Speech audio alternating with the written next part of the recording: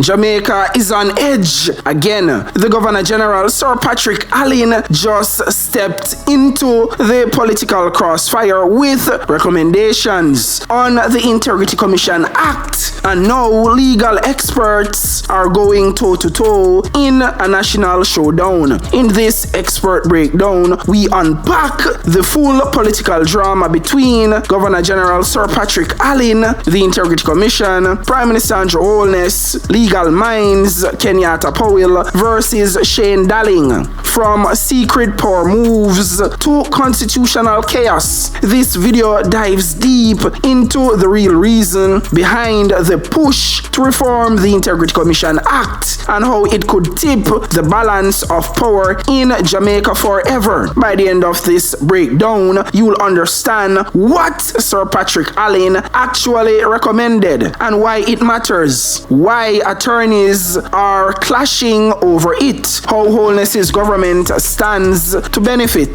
the hidden battle for control of Jamaica's top anti-corruption body. Drop a comment. Is the Governor General meddling or just doing his job? Don't forget to like, share, and subscribe for more Jamaican political breakdowns, controversies, and political commentary that hits hard than Parliament sessions.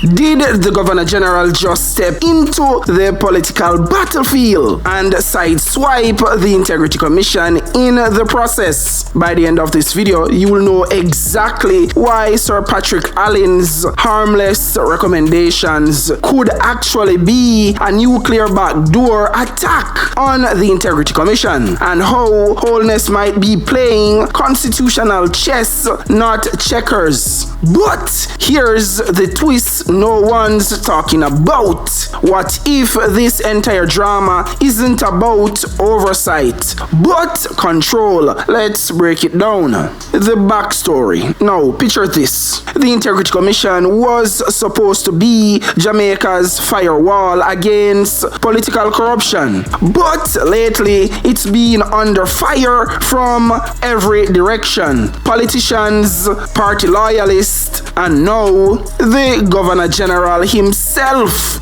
Enter Sir Patrick Allen, a usually quiet, reserved figurehead, except this time he didn't stay quiet. Sir Patrick must have had a double shot of Blue Mountain the morning he dropped these recommendations. What did he say? He flagged ambiguity in leadership authority at the Integrity Commission. He wants clarity on how temporary staff are appointed, and he suggested that Parliament should create clear regulations to fix all this. Sounds helpful, right? Until attorney Kenyatta Powell stepped in and basically said, the Governor General needs to stay in his constitutional lane. If the Integrity Commission gets weakened, who will hold the powerful accountable? Comment watching closely if you're following every twist in this drama. This isn't just GG versus IC. This is GG versus the act, GG versus public perception, and possibly GG versus separation of powers. Kenyatta Powell, quote, "This is offensive. The Governor General is meddling, full stop." Translation: why is Grandpa suddenly trying to micromanage the nation's anti-corruption watchdog? But wait, enter the defender. Attorney at law Dalling jumps in, saying Sir Patrick Allen actually has a point. He argues the Integrity Commission's leadership structure is confusing. The appointment of staff should be transparent, and let's not pretend the commission itself is flawless. So now we've got two top-tier legal minds clashing like titans over whether the Governor General's move is a wise correction or an unconstitutional intrusion. But here's the real question. Is Sir Patrick actually worried about bureaucracy, or is this a quiet attempt to restructure power around the Integrity Commission? And who stands to benefit most from a weakened commission? And that's where Andrew Holness enters the chat, because this isn't happening in isolation. Do you think the Governor General overstepped his boundaries? Drop a comment if you agree with Kenyatta Powell, or if you think Shane Dalling has a point. Let's see who really runs things, constitution or politics. The political power play. Let's talk strategy. Holness has been publicly clashing with the Integrity Commission ever since their investigation into his finances went nuclear. The PM's government has pushed for changes to the Integrity Commission Act. Holness even filed a judicial review to strike down the Commission's report on him. Now the GG's recommendations conveniently line up with calls for clarity and reform. Clarity or political castration with a smile. Here's my expert political analysis. This entire situation smells like a coordinated effort to dilute the Integrity Commission's independence, centralize power around Parliament, meaning around the PM, and use the GG's credibility to mask political motives. It's not just reform, it's rebranding control as concern. Should the Integrity Commission be protected from any political influence, even the Governor General? Let's hear your take.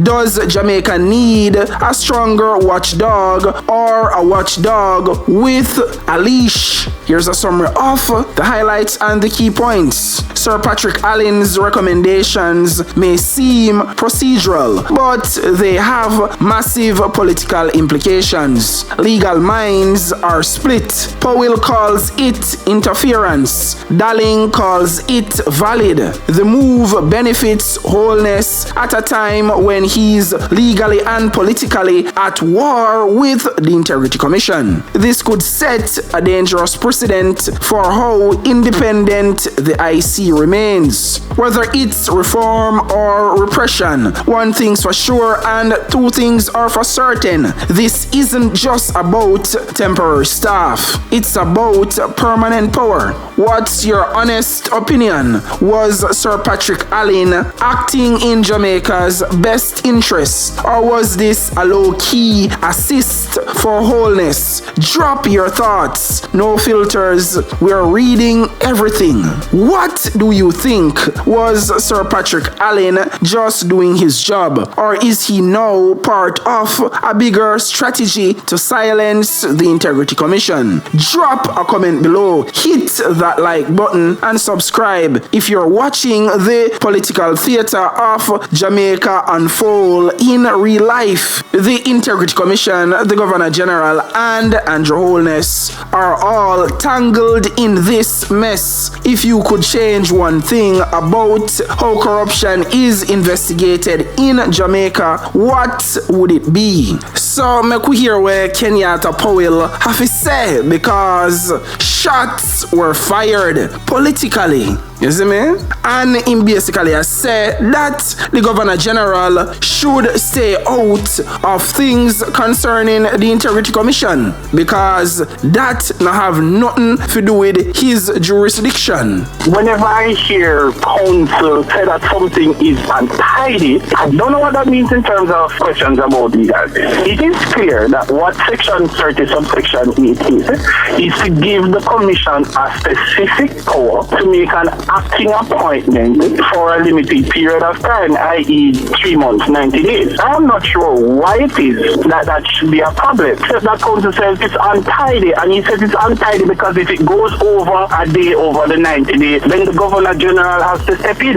But even that formulation is not quite true, because again, in terms of the appointment of the directors, the Governor General does not have an independent authority to act. He must act on the recommendation of the Commission. I don't just find the intervention unusual, and it is. I find it to be offensive in the extreme, because we are talking about the local representative of a foreign non-Jamaican monarch. And I think that it is right and proper that such a person must remain tightly within his or her constitutional limits. Yeah. Those limits are that where specific legislation does not confer a discretion on the Governor General to act in his or her own stead, the Governor General exercising executive authority can only do so upon the advice or recommendation, etc., of either the Prime Minister, the Minister's Cabinet,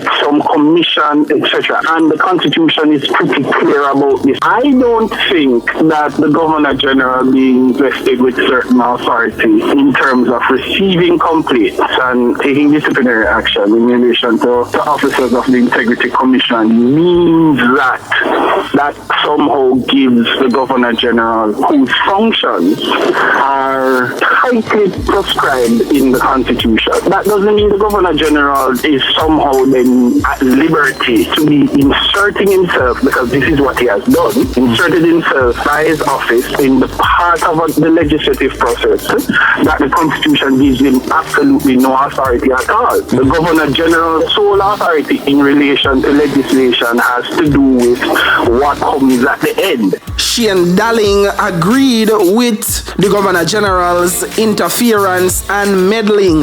So make we hear where Shane Dalling have to say, because this is going to be interesting. Let's listen up.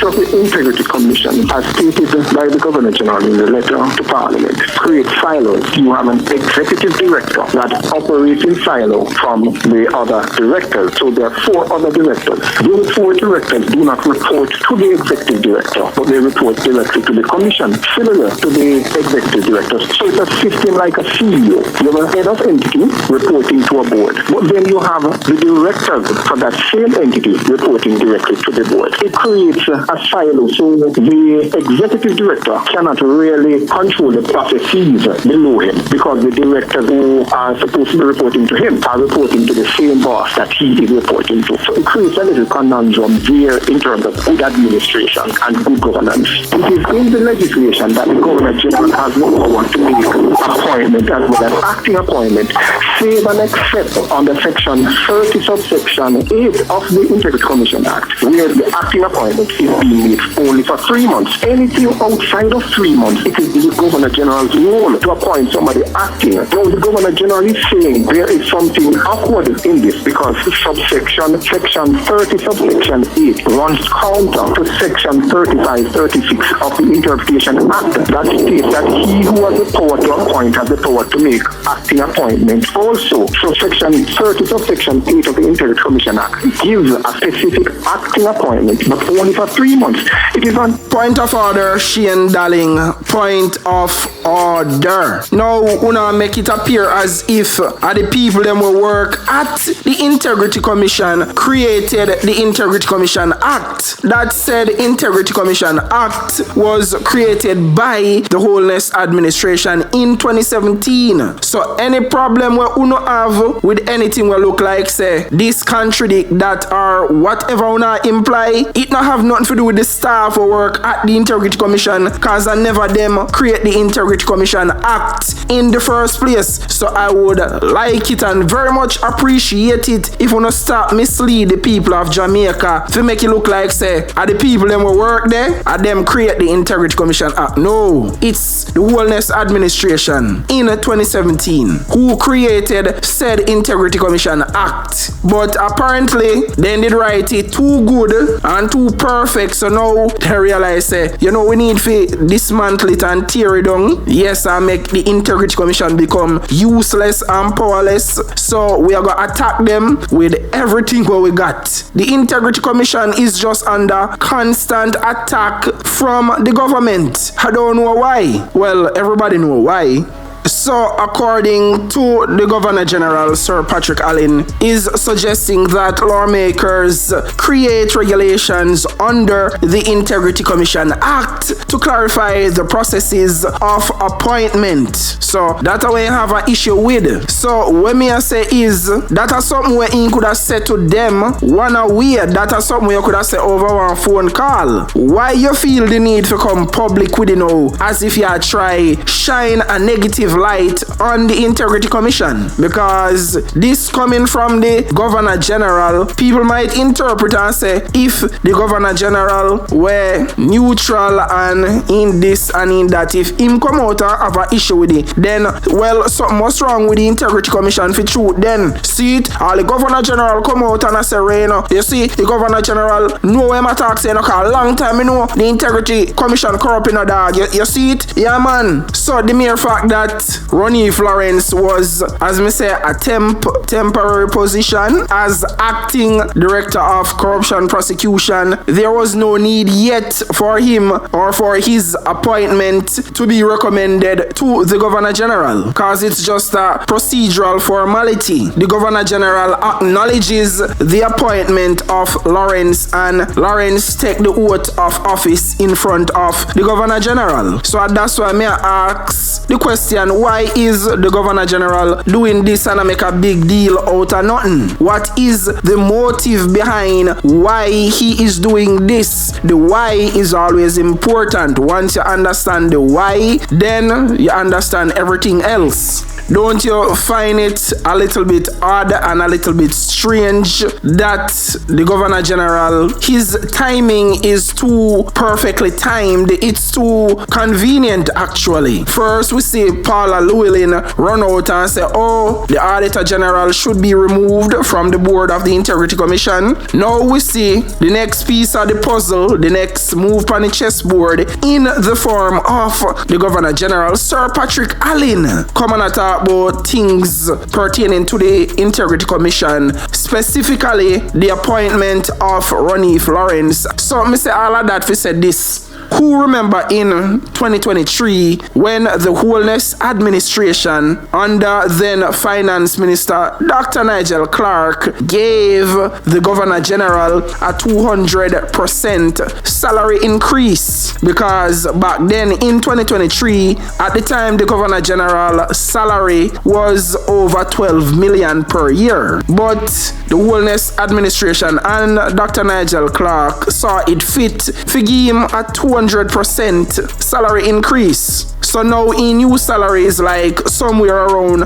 $34 million per year. That's very kind. And thoughtful and generous of the Holness administration to do something like that for the Governor General. I wonder why. Because apparently the Governor General cannot give himself a salary increase. It has to be the government and the Finance Minister. And then fast forward to 2025, we learned that PM Holness, all of the states of emergency where he did a run, along with the Governor General signing off and his signature, were all unconstitutional, were all illegal. Over 15 states of emergency that the Governor General signed off on by the Prime Minister. So, uno pick sense out of nonsense. And now we see him come and I say the Integrity Commission Oversight Committee, the parliamentarians, need to reform the Integrity Commission Act. That's the Governor General's recommendation, what we find very odd and very strange, because that is not his place, that is not his role. I wonder if you don't understand. So this is why separation of powers is important. separation of powers mean say you stay in your lane and you focus on the things where you constitutionally and legislatively have power over. Separation of powers supposed to prevent the Governor General or the Prime Minister from overstepping into something where they don't have no power over. So the Prime Minister did not have the power to go straight directly to the Governor General and make the Governor General sign off on those states of emergency. The due process was the executive, which is the Prime Minister, and the cabinet goes through the legislature, which is Parliament. So first, the PM should present the state of emergency in Parliament and then vote whether they're for it or against it. But no, because that is the purpose of Parliament. And if Parliament say yes, then he go to the Governor General and make the Governor General know, say, yo, me have the consent of Parliament, so I just your signature me need on the document. No. But instead of putting it to Parliament, he bypass Parliament and go straight to the Governor General. So why the Governor General never see an issue with that? Then, you tell me say the Governor General never know say he bypass Parliament and make him, the Governor General, sign off on those said over 15 states of emergencies. And even when it come up recently in the media, how I don't recall seeing the Governor General come up and make a speech about the whole issue. Because remember say the PMP took the government to court about those said illegal states of emergency and won in court. The judge said it was illegal and unconstitutional. It was unlawful. The Governor General is King Charles's representative in Jamaica. The office is frequently referred to as the ceremonial head of state. His authority is derived from Chapter 4 of the Constitution, but the Governor General has several key functions. Among them are giving assent to legislation passed by Parliament, dissolving and summoning Parliament, appointing key officers of the state, including the Prime Minister, Ministers of Cabinet, and members of the judiciary. The Governor General also plays several important functions in relation to the civil service and exercises the prerogative of mercy. For these official functions, he will get a gross salary of more than $34 million this year. Under the rules governing salaries in the public service, the salary of the Governor General is pegged to that of the country's most senior jurist, the Chief Justice. Finance Minister Dr. Nigel Clark confirmed the salary link between the two offices. The Governor General was previously paid a salary of just over $12 million. This means Sir Patrick will enjoy a 183% increase in salary. But beyond his remuneration, the Governor General's office and staff are also a call on the public purse. The total budget allocated for the maintenance of the office of the Governor General and its staff for the current fiscal year is $440 million. Several sections of the society have criticized the expenditure as unnecessary. The Constitutional Reform Committee has recommended that the office of the Governor General be abolished and replaced with the office of President. There have been repeated questions as to whether that office should be a ceremonial or executive one. Mahiri Stewart for Nationwide News. The Integrity Commission is under constant attack from the government. The Integrity Commission cannot get a break.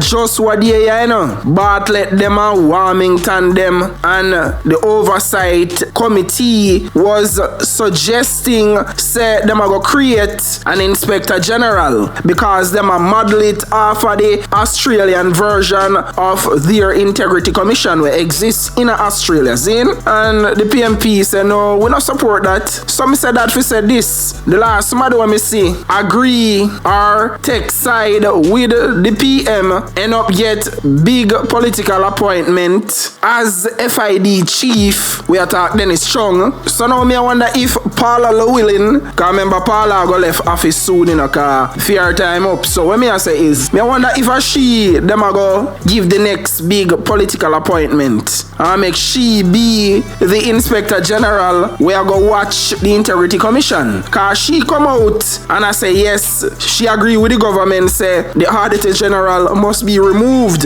You understand? So these are things where people need to pay attention to. Keen and close attention to. See you next time for more tea, truth, and political tactics.